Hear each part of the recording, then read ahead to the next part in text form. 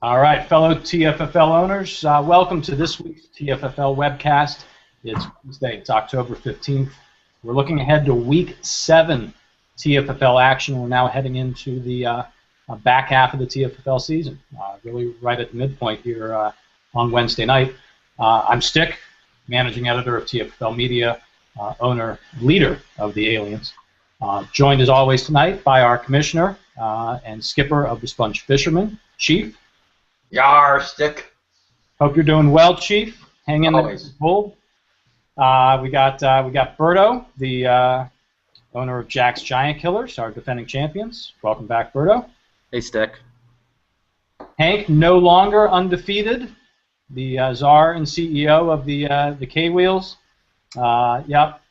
Bill, nice work, but welcome again, Hank. Yes, happy to be here. Humbled. Yeah, not a great week at K-Wheels headquarters. It was going to happen at some point. Nobody has ever gone undefeated. No. Not the goal. And our special guest this week, you'll see him a lot later in the I segment and in the Around the Tube segment, of course. Bill Thornburg, majority of the Slippery Beavers. That's right. Beavers here, giving. I don't know if that's backwards or not. It said Beavers rule. Should I go that way? No, you're good. Anyway, you're first time. Glad to be here. Glad to participate, and glad to take the Rocky versus Drago role in this week's participation. All right, let's get going right away with TFFL trivia. As long as you're not too memory impaired, and well, a few of us might be, you should be able to piece this one together pretty easily. I promised you a Mongols-free trivia question this week, but we'll at least use the Mongols as a jumping-off point. Last week, we revealed the Mongols to be the loser of the very first Pac Bowl. To this day, 17 seasons later, the Mongols' Pac Bowl record is still 0-1. So here's your question. Name the only TFFL franchise never to even play in a Pac Bowl game. 0 wins, 0 losses. We'll give you the answer later in the show. All right, Chief, I'm going to turn it right over to you. We want the best and worst lineup moves of Week 6 action. I know we had several people self-nominating throughout the week. A lot of good choices. Tell us who got it. You know, let's start with the good news, and I'm going to give the best roster move of the week to Mike Bertolozzi for his start of Mohamed Sanu. And we knew that, Sanu was got to be the #1 receiver for Cincinnati without A.J. Green and without Marvin Jones. But a career-high 8 catches plus 120 yards, and makes Berto look smart for starting him over Anquan Bolden, Eric Decker, and Terrence Williams. So, Berto, good job. Thank you. On the other hand, and also in that little bar at the bottom of my screen, I see the leader, who dropped a perfectly serviceable tight end. And I think serviceable might be selling him short. Stick, who'd you start in the interim? My running backs performed quite. Trent Richardson, Darren McFadden, and Justin Forsett. Darren McFadden. That he was your replacement for Cameron? Essentially, yes. 4 points on McFadden. How many did McFadden score? 3? 4. 4. So they have. I mean, it's okay. In the short term, I think Cameron had 9 points to the 4, but just a truly baffling roster move all the way around. For a guy who was regarded the draft time as one of the top, 5 or 6 tight ends in the TFFL. I think he was the first tight end drafted this year. Maybe second after Vernon Davis. But, Stick, you nominated yourself, and I'm going to take you up on that. So here's to the Aliens. Nice. But frankly, a big part of the issue is... Did you patent that move yet? The guy that I picked up in place of goes out and gets arrested for shoplifting cologne and underwear. After the best performance of his career. Yeah. That's the Winona Ryder special right there. I don't get it. I don't get it. All right, Hank. So it's we're heading into week 7. We're through 6 weeks now. We should be starting to get some sense of the playoff picture, some sense of the outlook for the number 1 overall pick. But it gets mushier. It does. It does. It's that time of year where our fates are sort of kind of working themselves out as to what they're going to be this year. Let's start at the bottom, because the bottom, I think, is clear. I think we now have the 1-win Sponge Fishermen, the 1-win Boba Fats, and the 2-win Senators. We'll probably have to look in the mirror and say this is probably not going to happen this year, and it might be about time to start positioning for the future. And we'll see. The Senators are 2 games out from the Hams, and anything can happen there. But that's probably that's the one division that's got a 2-game gap in it right now. And so I think both those teams got to take a strong look at things. Super competitive in 2 of the other divisions. The Beavers, Mongols, Devils, all within a game of each other, with games to play. The Wheels, Killers, Packers, all within 2 games. We'll see if the Packers can hang in, but they're winning games. And hey, Stick, you got to decide as well with the Aliens. You're right in the middle there. Somebody's going to win that division, and if the Fats fall out of it, it's the Aliens and Lizards, and let's see.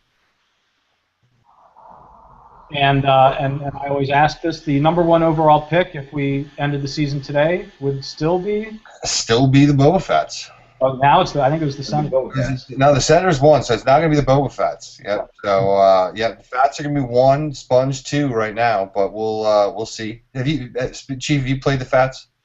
Playing this week. Yeah, there you go. There's your battle. By the way, I played the Aliens this week. I'm sorry. Sure. Oh, okay. Wishful thinking, I guess. All right. Well, it's coming. It's coming. All right. Well, you brought this up. It's what I wanted to talk about first and around the tube. Let's talk about teams in the lower middle class, if you will. Yeah. And I'm specifically talking about the 2 and 4 Aliens. We're on a 4-game losing streak. We lack a single stud running back, but we're just a game out of the division lead. So my situation is probably the most extreme in this regard. A losing team that's just a game out of the division lead. So I guess I'm asking for some free advice, but. Other franchises are in similar boats. They're a game out of the playoffs, out of the wild card spot, maybe 3-3, but yet just a game or 2 games out of the race for the number 1 overall pick. So we talked about Week 6 being the point where teams start deciding whether to focus on 2014 or 2015, but I don't think it's that easy. What should these teams do? What should I do? What should they do? So you have a shot. Yeah, I mean you're 1 game back, so you're absolutely still part of the equation here. But you look at the Sponge, and that's a tough call, right? They're 3 games back at this point, so I don't know where you go from there. Yeah, maybe the Sens hang on for another week. What about the AMPAC? If Phil, you brought them up. 3-3, and obviously, they can't give up on the season at this point. But how much can they really go all in with any expectation that? Why can't they give up on the season? Well, I mean, I think Ralph has to decide. He's got some scrappy young talent, but is he going to beat the Killers? Or is he going to beat me down the stretch? And maybe he thinks he can. It's tough division, but Listen, 2 of his 3 wins were a variety where 2 of his 3 wins were the variety where he doesn't beat any other team in the league except the one he's playing. Right. He won a game in the 40s, a game in the 20s. It's does he really feel compelled that he has a chance to compete? Can you count on being lucky like that every week? If I'm Ralph, and mercifully I'm not, I'm taking a pretty hard look and saying, okay, I'm in the thick of things right now, but is that really repeatable? And frankly, I would say no, it's not. Yeah. The other concern too, Stick. You've lost 4 in a row. That's tough. But to Chief's point, yeah, Ralph has won a couple of he's won a couple of games he probably shouldn't have won. Okay, let's switch gears here to topic number 2 in around the tube. Quick one, real quick one, and I'm going to direct it primarily to Chief. I think a lot of us actually love seeing the RAR come out for the first time. What jumped out at you? Give me one surprise when you first calculated it. One thing that jumped out at me about the report. Oh. I hadn't put it out because I like to get at least 5 weeks of data, and then I wasn't around, last weekend. But I've been looking at it for the last couple of weeks. I didn't put a report out. And I'm looking for my notes right now, and I apologize for not finding them. But if I have to play off the top of my head, the one thing that surprised me was that the middle, usually there's about 8 or 9 teams really, really close in the middle, and that didn't seem to be the case this time. I think that maybe, and you have to back me up because again, I'm not looking at it. I'll look at it right now. I just got to turn you guys off. No problem. Well, while you're doing that, I mean, what jumped out at me, Chief, was frankly your team at 1-5 showing up in the number 6 spot. Yeah, but I knew that. We would have been number 4 last week. Which says you're scoring points and you got a good team and maybe you can turn it around. I think last week was truly my one bad week I've had, where I wouldn't have beat most of the teams in the league. The 4 losses prior to that, I would have beaten most teams. So you got to roll with it. Sometimes you have years like that. Sometimes you can turn it around, and sometimes you take it. The other thing. I'll tell you what surprised me. Your comment number 4 on response back to Chief about the Giant Killers going 2. That's absolutely possible. We can do that.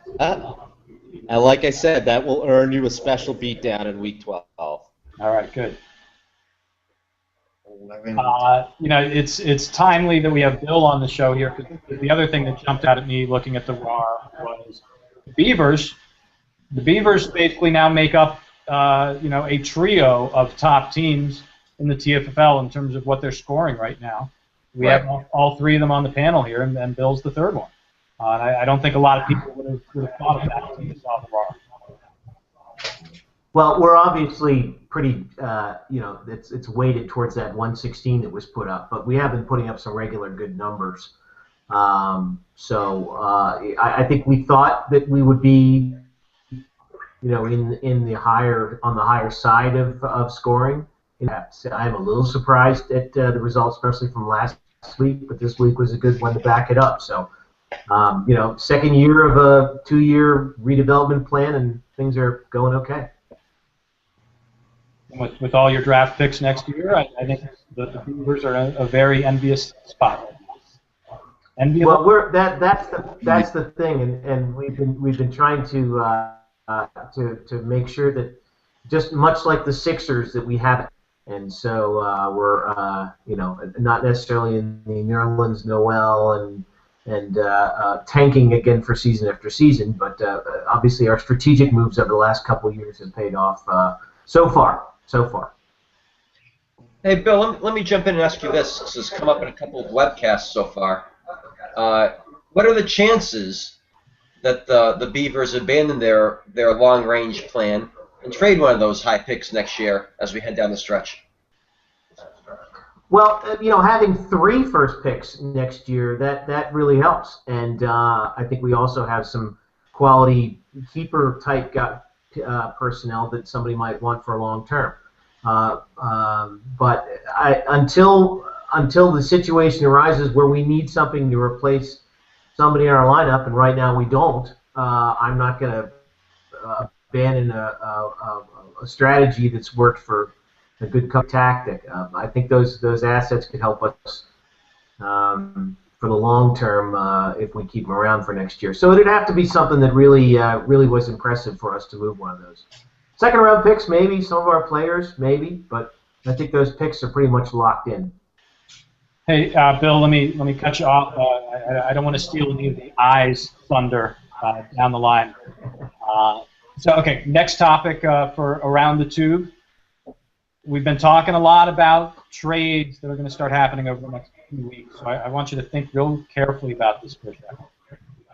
Who are the best and worst trade partners across the TFFL?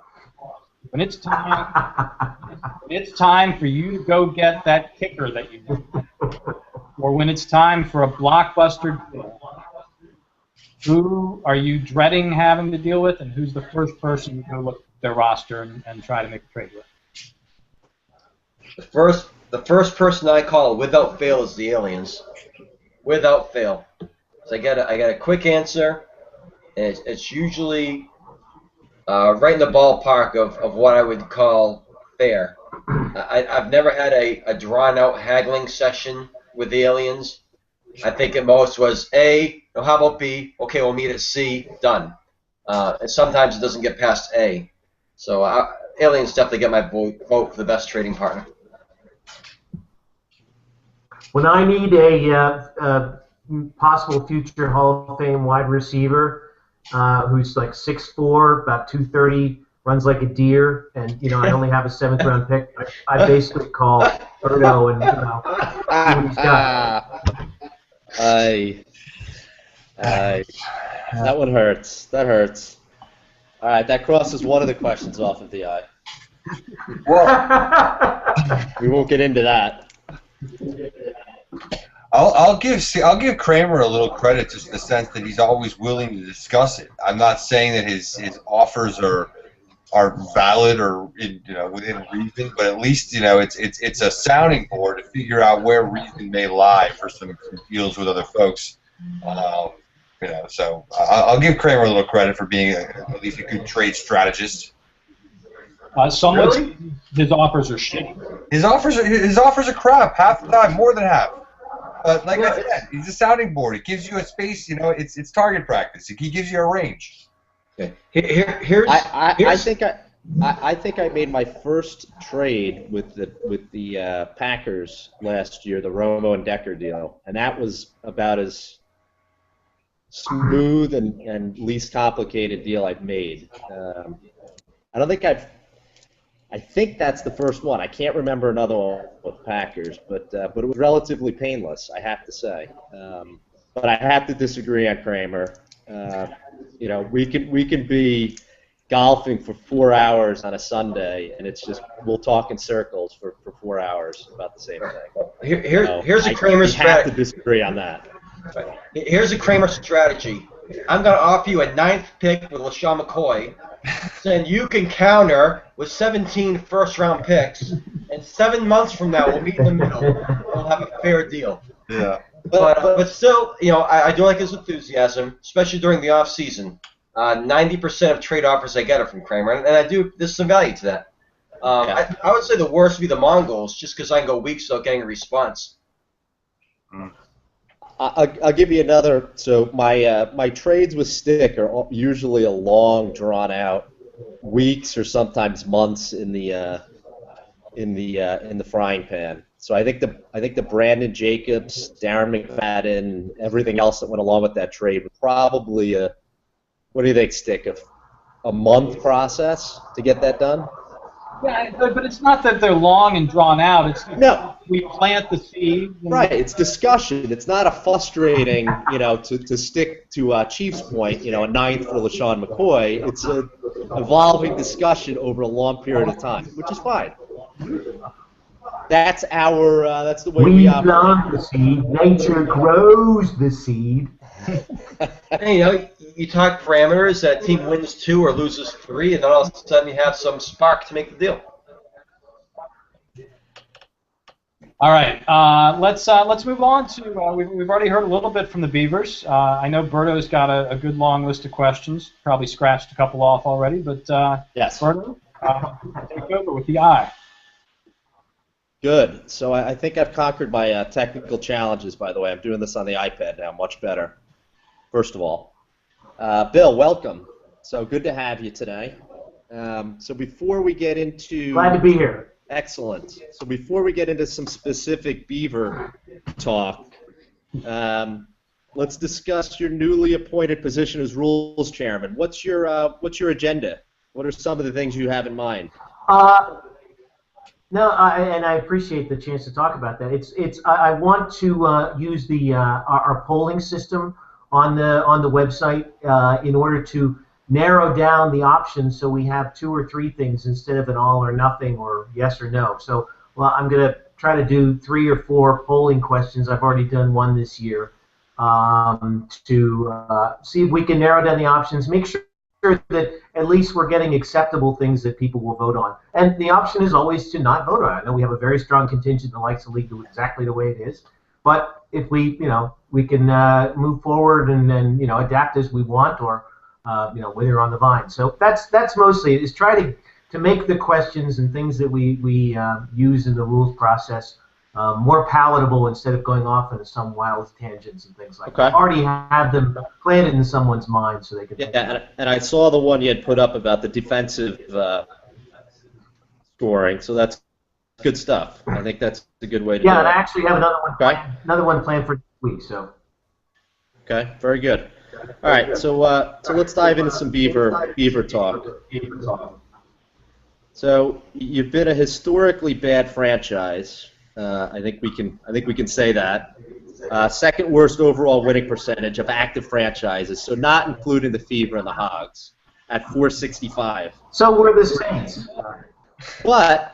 But you've turned things around the last few years, including 2 Pac Bowls in the last 6 years.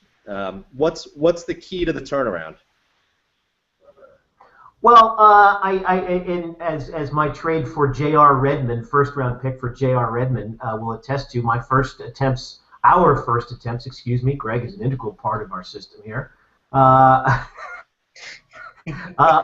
want to get into that in a minute. Let me get to your first one. Our first attempts were not good, and it takes a while to learn how to play keeper football. I think years of trial and error have kind of put a system in place. Obviously, I'm not free to discuss all aspects of the system. There's an available copy online on eBay for $159.95. But it's we trial and error, and we think strategically a lot, and try to take advantage of trade offers when they come in, or perhaps in some instances be a little aggressive, but seem to have worked out so far. So you mentioned Shive. Yeah. So talk about how have things changed a little bit as you've assumed the mantle, and tell us a little bit about dual ownership. Chief and I went through this, right? And we came to the conclusion that we were sometimes at odds, kind of rowing in different directions. Has that so you taking over and the dual ownership, how have things changed, and what are the keys to the success or failures? How has it helped? How has it hurt? Well, taking over again is a misnomer. As I said, it's a very communicative street that we participate in and give and take about. But you're the majority owner. In all honesty, yeah, I understand. In all honesty, if there's something major that goes down, I'll try to give us some room and make sure that we have some time to talk about it. A lot of the day-to-day things, actually all of the day-to-day things, all of the week-to-week things, maybe all of the month-to-month things. Well, okay, perhaps all the year-to-year things. I handle on a basis, but they seem to work out, and he likes to be sometimes kept informed. But so are you saying there's a less than once a week communication about the Beavers between you and Shive? That once a week would be probably a lot of emails coming to Shive. So it's more like a once a month kind of thing. Once a month. Here you go. This is what we're planning to do. What's Shive's input? Hold on a second. So what's Shive's input on these once a month emails? Oh, it's extensive. There's usually a Y or an N in there, maybe a question mark. But we text often, or I text often. So. All right. I think we've drained. But the system works. I think we have a pretty clear picture of what's happening in Beavers ownership. Thank you for that. Wait a minute, Let's move on. If I were to bump into Shively tomorrow and ask him what the Beavers' record is, does he know? Not like lifetime, no, but this year probably.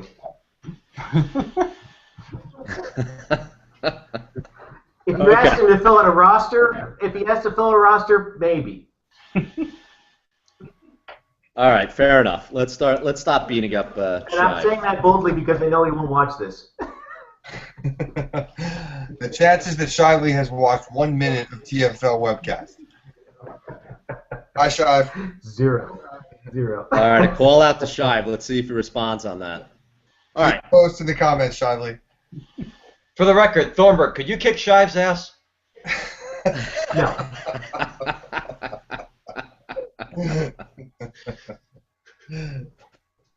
You didn't think this was going to be a walk in the park, did you? What's that? I said you didn't think this was going to be a walk in the park, did you? You have to answer some tough questions here. It's yellow journalism. All right, so let's move on. So you had a huge win over the Wheels. Congrats and thank you, coming from the Killers. You're third in points in the RAR. So just how good is this team? What's the strengths, weaknesses? And can you pull off another Pac Bowl? You're third in 7 years. If you'd asked me this at the beginning of the year, and I think our draft will attest to that, I was thinking, hey, let's start the process back again. It's been accelerated. I can't deny that. Aaron Rodgers is back to who he was. The 4 running backs that we kept have all contributed, and Le'Veon Bell, without even scoring many touchdowns, is gets those competitive yards. The wide receivers are as strong as we thought they were. So it's been one of those situations where we've been healthy, and I kind of looked and I said, am I being lucky? But actually, the strategy that we tried to start about 2 years ago of getting younger has possibly helped in. We've got healthy younger people. So instead of Steven Jackson or Vincent Jackson or maybe not so much Jeremy Maclin, but some of the guys that we traded away. Andre Johnson, they've spent injured time, and we've been healthy. So perhaps that's been helpful. So I don't think anyone would question Rodgers and Jeffrey and Demaryius Thomas. But outside of Le'Veon Bell, are these running backs strong enough to go the distance? In the way the league is right now, there aren't guys. Or with your 3 first-round picks, is there a big trade on the horizon? I honestly don't think so, unless I was approached by somebody with a young player who could add to. I mean, we look at our roster, we look at our starters, and we see keepers. So we see guys that start and play every day. So I don't think that going and discarding the strategy, which has got us accumulated those assets for next year, I just don't see it possible. I've listened obviously to any offers, but I just don't think. I like the team very much the way it is. We've done very well with our bye week management. Been able to get through some tough bye weeks. We lost a game with early, but if you can win or lose one of your 2 tough bye weeks and then move on, the only issue we have is to find a quarterback in week 9.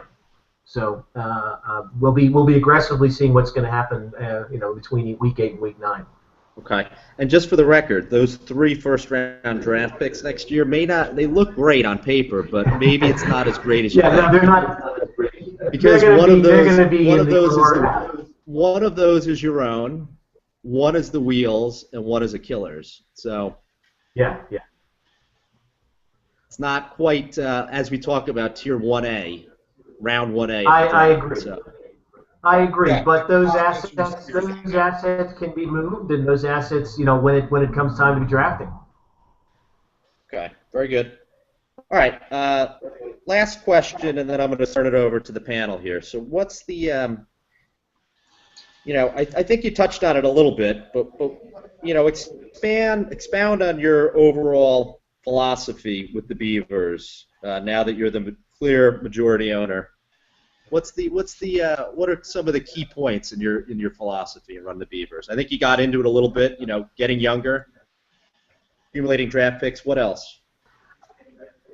Well, I think I have been paying more attention on a strategic mode, just really looking at the long-term development of the team instead of hey, the Allen Robinson pick is testimony to that. I took a shot on a guy who, given 16 games by week 13 or 12 or 13, could be playing well. Yeah, I overdrafted him, but he was a guy I wanted. Same thing with Matthews and the Eagles. We thought that would be a guy that by the end of the year could turn into a keeper for next year. And that seems to be our MO for a while. It's worked out with obviously keeping guys like Andre Ellington and Lamar Miller, even though it just so happened that Moreno goes down with an ACL, and now he's going to be the #1 guy for the rest of the season. So his numbers are gonna sustain. So it's about long-term growth. It's about keeping the process going, not swaying from it, and hoping for the best. I mean, as most of we all do, is hope for the best, hope our guys are healthy. So it's almost fair to say that if you put the Devils at one end of the spectrum, always going for the veterans, always going for the older guys to fill out the roster, you're kind of probably at the far end of that. You're always going for the youth. You're trying to get younger continually. And what happens when you've got guys in diapers? Well, I don't know what's going to happen with that. We'll see what happens when I have a bunch of Quad A high school guys out there. All right, very good. So Bill, appreciate it. Thank you for being part of the Eye. I'm going to turn it over to the panel now. Phil, why don't we start with you? Well, Thorny, obviously I'm reeling from the week that was. It was going to end, and I kind of had a feeling it was coming to you guys. You've been, putting some good wins together, some strong performances. I mean, where are your expectations right now? I mean, you feeling like it's all the way this year, or where are you at? Obviously, our expectations have changed. We thought originally if we could get one keeper out of the 3 guys plus Le'Veon Bell that we had. But right now we've got at least 2 others who are performing, and we've yet to see whether Ingram can come back and be healthy, or whether it'll be more of a timeshare and we might see some more Kyrie Robinson. But our expectations have changed. We obviously now have higher goals. I mean, our prediction by Chief was to win the SoCo. So if that's where other people are saying, then obviously we have to think the same way. Good luck. Good luck. Bill, I don't know if I've got a question so much as an observation, but I think 3 straight years now you have traded a veteran wide receiver to the Aliens in the offseason. If I've got this right, it was Jeremy Maclin first for a second-round pick, then Andre Johnson for a first-round pick, and then Jordy Nelson for a future. And I think you initiated all 3 of those trades, if I recall. Yeah. Is this part of your strategy? Should I expect a wide receiver trade offer next summer? No, we've gotten, like I said, we've gotten to the point where all of our wide receivers that are right now keepers are at least under the age of 25. So with Alshon and Demarius, so I think Demarius may be 26, but those assets are solidly in our lock box and not going anywhere. So, as to who we keep from this point on, or whether we have 4 running backs, and it'll depend on how much we can move wheel and deal higher in the first round next year. Obviously, those assets we have and guys that we have that might be keepers that could be tradable assets. I mean, we're always looking to the future, and as long as you establish that good base, you never have any problems. Bill, why are you so good at identifying wide receiver talent? Off the top of my head, over the last couple of years, you've traded away Vincent Jackson, Jordy Nelson, Andre Johnson, Jeremy Maclin. That's 3 keepers and a first-round pick in the draft. And you obviously don't miss them very much. Matt Smith has long been recognized as wide receiver guru of this league. What's your secret to identifying this talent? I don't, it's Mark One eyeball. You see a guy, you watch the combine, watch a lot of college football. I don't think there's anybody in our whole league that watches more college football than I do. Maybe Terry, that's about it. I can't. I obviously, I like taking chances on guys like Allen Robinson and Matthews. I mean, that's the kind of thing that happens. It plays out. I mean, if I told you that I knew that Demaryius Thomas would be who he was when I traded seventh, I wouldn't have known that. That's impossible. I was looking for somebody who could barely maybe be a stand-in guy. So it's some luck, but it's also knowing a size and speed combo that you like and knowing who they are, not just taking an analytical number. I guess it's old school. I get that. But now I'm trying to reconcile that. You touched on this with Allen Robinson. Should we be scared of Allen Robinson terrorizing the league in the next several years? Demaryius Thomas. You might, but he probably won't be on the Beavers.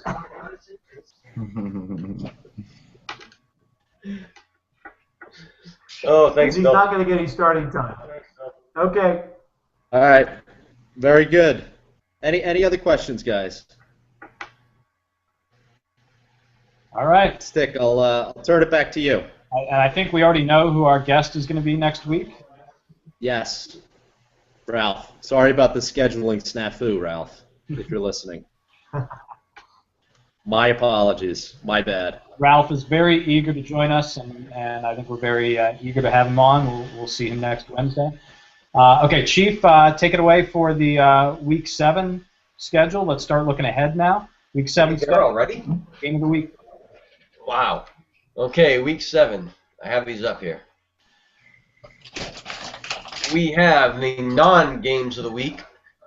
The Aliens, the Sponge. Obviously, every game is critically important for Sponge from now on. As well as the Boba Fett's who are at the Hams. Lizards visit the Senators. Beavers take on the Ampac. Dirt Devils at the Giant Killers. And in the game of the week, we have the Mongols at the K-Wheels. I mean, can Hank right the ship? I mean, he's on a one-game losing streak right now. There's a little bit of panic, at Wheels headquarters. Go Mongols. Mongols are a good team. There is very little buy impact here. The Mongols are at full strength. The Wheels are missing Doug Martin, but I don't know if he would have been starting either way. Certainly not optimal, though. You like to have all your players.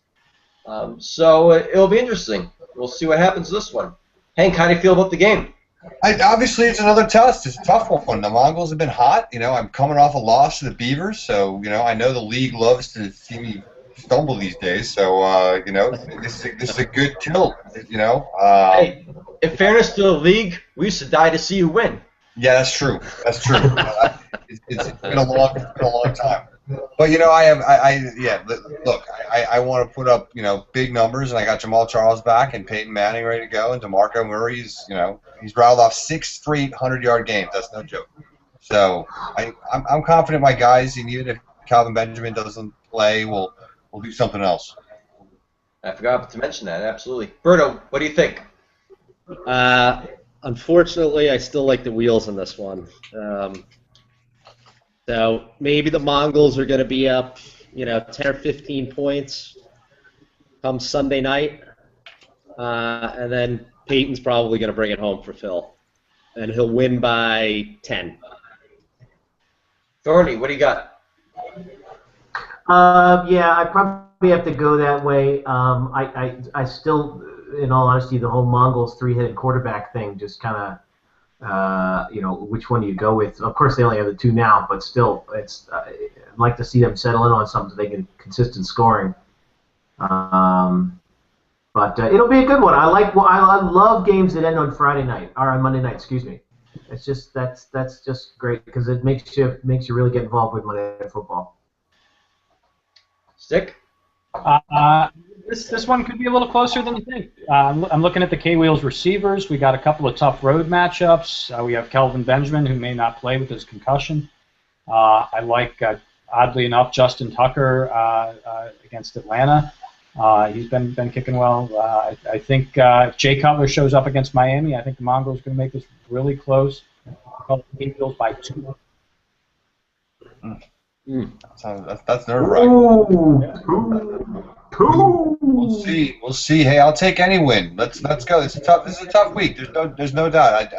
Mongols are no joke, and we got to score. So I'm hopeful. Okay, let's move on to the answer to our TFFL trivia question of the week. Again, the question was, name the one and only TFFL franchise in existence today. 0 lifetime Pac Bowl appearance. I finally got one. Sponge. All right, we have 1 wrong answer out there. Is that Bill? No, I'm right. Yeah. That's Oh, that's me. the Sponge. Yes, the Sponge Fishermen. Still looking for their first Pac Bowl appearance. This guy. Yeah. That makes for a nice segue back to the commissioner for closing thoughts, reminders, rants, and other commentary. Chief, what do you got for us? I'd say I'm a little bit under the weather. I don't know about rants today. I will be missing next weekend. Actually, as of I'm going to say after this podcast because I'm leaving early Saturday morning, but I'll be taking the family to Disney World. So Mike Bertolozzi has graciously agreed to do the FAIR process. I don't even know what that is, Thornburg.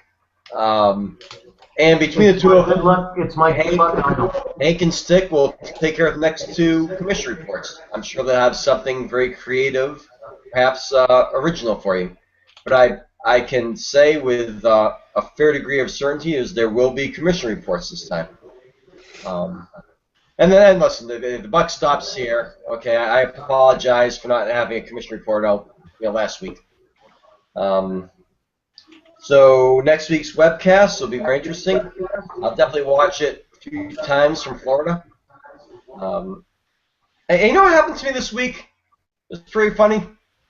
I was walking down, I think it was H Street, right around lunchtime, and some homeless guy or homeless guy, asked me for $1. You can probably imagine what I said to him, No, actually, no. I said no. I didn't say go fuck yourself. I didn't say, you people are ruining this country. I said no. Can I have $1? No. Let go of my life. He's starting to get biblical at me, telling me how it's a responsibility to take care of those less fortunate, and that I should feel some compassion to my fellow mankind. And I said to him, you can preach me all you want. I'm not giving you any money. And this guy looks at me and he says to me, man, you must be the devil because you got 666 written all over you. I got to get as far away from you as humanly possible. And that kind of struck me funny. I got to get as far away from you as humanly possible. Do you know why? Because he followed me for the next 5 fucking blocks. If I'm the devil and you got to keep away from me, give me the courtesy of giving me some space. Don't follow me, to lunch and back to the office. Just go find some non-devil, someone with no numbers written on them, and let me get on with my lunch. So, and nice. 3 of us work in D.C. and it's something that happens every day. But this one just kind of stuck out. If you're gonna preach to me how I'm not being a good man, don't fucking lie to me. Keep your word. Thou shalt not bear false witness. And that concludes the commission report. That is a hell of a rant. Okay. Well done, Chief. That's a hell of a rant. I've stopped I'm using mad as hell and I'm not going to take it anymore. Can't understand you, Bill. I said I'm mad as hell and I'm not going to take it anymore. All right, next time you're going to have a better camera. But you came through loud and clear. Thank you very much for joining us, Bill. We'll see Ralph next week for the Eye on the TFFL segment. Good luck to all teams coming up in Week 7. Big, perhaps season-deciding game this week. Good luck, and I'll see you guys next Wednesday. Take care. Adios. Adios. Good night, gentlemen. Take care.